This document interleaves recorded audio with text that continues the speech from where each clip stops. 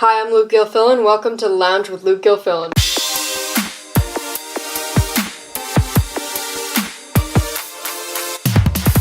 And it's finally time again. So we've got a couple things to go over. Steve King was removed from multiple committees. We go over the Gillete ad, because a lot of people wanted me to, and a bunch of useless spending things by government. So first off, we gotta go with Steve King was removed from all of his committee assignments following those racist comments he said last week. We covered those. This is according to Manu Raju, Ashley Killo, and Claire Forhan over at CNN. This website is impossible to use. Currently, there are a million pop-ups coming up, so this might be hard to get through. Republican Representative Steve King of Iowa has been removed from committee assignments following racist remarks. House Minority Leader Kevin McCarthy announced Monday the latest development in a bipartisan condemnation of King's recent interview that appeared to lament the term white supremacist that is considered offensive. McCarthy announced that House Republican Steering Committee, which oversees committee assignments, met Monday night and made a decision that King will not be serving on committees on this Congress. King criticized his party's move stripping of his committee assignments in a statement saying, "Leader McCarthy's decision to remove me from committees is a political decision that ignores the truth." King says that the truth is as follows. One of my quotes in a New York Times story has been completely mischaracterized, King said, going into a lengthy detail of what he described as a 56-minute interview with the publication. He concluded with, "I will continue to point out the truth and work with all the vigor that I have to represent the 4th District Iowans for at least the next 2 years." The criticism from Senate Majority Leader Mitch McConnell and Utah freshman Mitt Romney comes as the House plans to vote as soon as Tuesday on a resolution to disapprove the actions of King. There's no place in the Republican Party, the Congress, or this country for an ideology of racial supremacy of any kind, McConnell said in a statement released from his office. "I have no tolerance for such positions, and those who expose these views are not supporters of the American ideals and freedoms. Representative King's statements are unwelcome and unworthy of his elected position." McConnell added, "If he doesn't understand why white supremacy is offensive, he should find another line of work."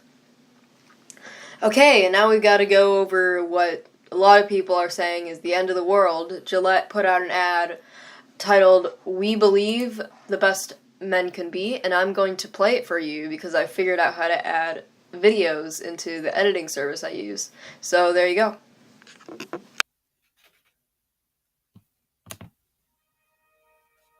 The Me Too movement against sexual harassment. Masculinity. Is this the best a man can get? Is it? We can't hide from it. Sexual harassment is taking over. It's been going on far too long. We can't laugh it off. What I actually think she's trying to say. Making the same old excuses. Boys will be boys. Boys will be boys. Boys will be boys. But something finally changed. Allegations regarding sexual assault and sexual harassment. But she says he's a And there will be no going back. Because we believe in the best in men. Men need to hold other men accountable. Smile, sweetie. Come on. To say the right thing. To act the right way. Bro, not cool. Not cool. Some already are. In ways big Yo, men, we're acting like and small. I'm strong. But some is not enough. That's not how we treat each other, okay? Okay. Because the boys watching today will be the men of tomorrow.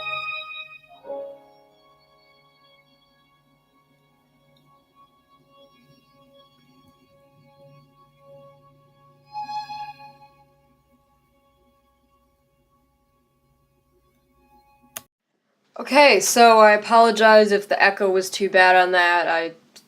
For some reason, the screen recording thing that I was using does not record directly from the screen, and it requires like microphone and whatnot, so there might be a little bit of an echo there. Probably wasn't too bad. I apologize if the quality of the video was bad. In advance, I don't think it would have been that bad because I was watching it in 480 and it looked perfectly fine. But people asked for me to give my opinion on this and whatever because apparently it's the end of the world that this thing happened and whatnot. A lot of this became a big discussion among like internet people. I could care less, really. There were a few things that I do disagree with. First off, there was a clip of Anna Kasparian, who is a host at The Young Turks, which is I would call it a far left news source. They're like the Alexandria Ocasio-Cortez's type people. That's where Cenk Uygur works. I've talked about him on the program too. I just don't think they should have put the clip of Anna Kasparian in there. Apparently they reached out to her like 2 months ago asking for the clip. So they had planned this commercial out in advance. They probably knew all the backlash it would get. Currently it's at 1 million dislikes on YouTube with 584,000 likes. So generally the response is negative. You could say that there might be more people on YouTube that just don't like it. So I just don't think they should have put Anna Kasparian in. It just makes it more of a divisive ad than it could have been. Anna Kasparian, if you know her, told you she's a farther left figure, and they used her clip. The clip was fine. She was reporting on the Harvey Weinstein case from when that clip was taken. Nothing wrong with that. It's just her, like, as a symbol. I think they could have taken from, like, a mainstream cable news outlet. Like, if they had used Rachel Maddow, like, who cares? But the thing is, they take it from a off-brand news outlet. They have Anna Kasparian, who is a farther left figure, working at a openly farther left news outlet. They just shouldn't have done that. Anderson Cooper, that would have been probably the best thing. Everyone thinks of him as just a CNN anchor. Of course, he gets political sometimes, but that's not. The network he works for isn't inherently political in their mission, and using Anna Kasparian was a bad idea, and I think that's just what made me sort of dislike the ad. Another thing that I dislike about the ad is they imply that masculinity is inherently bad. I would argue that masculinity is inherently good. It's just the wrong forms of masculinity that take hold. So currently, or maybe it's a lack of masculinity that is creating this type of thing. So currently 23% of children live with a single mother. That's according to Census.gov. From their annual American Family and Living Arrangements table package from the Census Bureau. During the 1960 to 2016 period, the percentage of children living with only their mother nearly tripled from 8% to 23%. 78% of teachers are female. The reason I'm going over this is because a lot of people do not have a masculine influence in their life, and the most important parent to someone is their same-sex parent. That's just psychologically, that's where they get their influence from. That's where they get the majority of their influence from. I'm sure for some people it might be their mother if they're a male and their dad if they're a female, but that's generally where they get their masculine influence from if they're a male. And if they don't have a male teacher that's respectable or a father that's present in their lives, then they get their masculine influence from their peers. And generally, if you're a teenager, you're not the smartest, the sharpest knife in the drawer, and you get influence from these teenagers that are generally not respectful to women, and that's where that comes from, and they're generally more violent than older people because they don't have a developed frontal cortex, and they don't and generally, the people that are getting married and having children are more respectable people. And if you don't have that in the child's life, then that's where these toxic men, we'll call them, come from. It's not masculine influence, it's lack of that masculine influence, I believe, is where that comes from. And now we're going to talk about useless spendings of government. The reason I'm talking about this is, Democrats, the reason the government is shut down is because Trump, A, won't sign the Democrat spending bill, and 2, the Democrats won't accept of a spending bill that includes border wall funding and border security funding and whatnot. So I just want to talk about, there are a lot of things that cost a lot of money that we spend money on in the government, plus it's just fun to talk about. So the Rural Utility Service, which was a program originally intended to bring electricity into rural communities, it spends $8.2 billion a year on the program, and it provides electricity to less than 200,000 residents. So we're paying $8 billion a year to provide electricity to less than 20,000 people. Did I say 200,000? I'm sorry, 20,000. That would amount to $400,000 per person for electricity. That's that's insane. Another thing,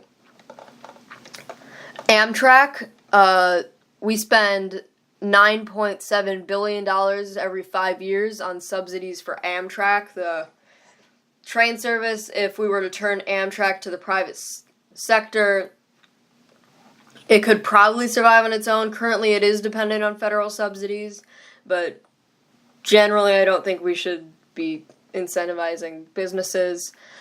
Taxpayers spend $1.7 billion annually maintaining unused federal buildings, so federal buildings that aren't currently being used. In fiscal year 2016, federal agencies owned 3,120 buildings that were vacant, meaning they weren't being used, and another 7,859 that were partially empty, so parts of it were being used, but parts of it weren't. The Congressional Research Service found in 2017 selling these excess properties could net $15 billion in savings for 5 years. Taxpayers spend more than $50 billion a year on foreign aid, which usually goes to countries that need the foreign aid, which are usually the countries that have dictatorships, so the money that we give them usually just goes to the dictatorships. A lot of those countries, openly call for the destruction of America, which I'm not sure why we should be giving billions of dollars a year on foreign aid, because it never really gets to the people. You give it to an agency who says they're going to divide it, and then big government comes in and be like, hey, can I borrow some money? And then points a gun at the people and takes it all. We also spent, this is just some random useless spending things, this isn't large amounts, but we spent $30,000 to make a production of Doggy Hamlet, which is exactly what it sounds like, so a Shakespeare play performed by dogs, and we gave $1 billion to expand the San Diego, okay, that's a large amount of money, expand the San Diego trolley service by 11 miles? What is that? That's $1 billion... That's $110 million per mile? Is that close? I don't know. No, it's not that. Something like that. We spent $426,000, or $426,000, okay, that's right, to build a shrimp treadmill, which is a treadmill for shrimp. And that's some other useless spending things. So, I hope you enjoyed the episode. We just got over everything. Tomorrow we'll be covering the, March for Life and whatever, which actually happened yesterday, mostly. It was 45 years ago, when the Roe v. Wade happened. That's why it's all happening this week. There's also the Women's March, I believe, which is today, I think. We'll cover that a bit. And thanks for listening and whatnot. Hope you enjoyed the stuff.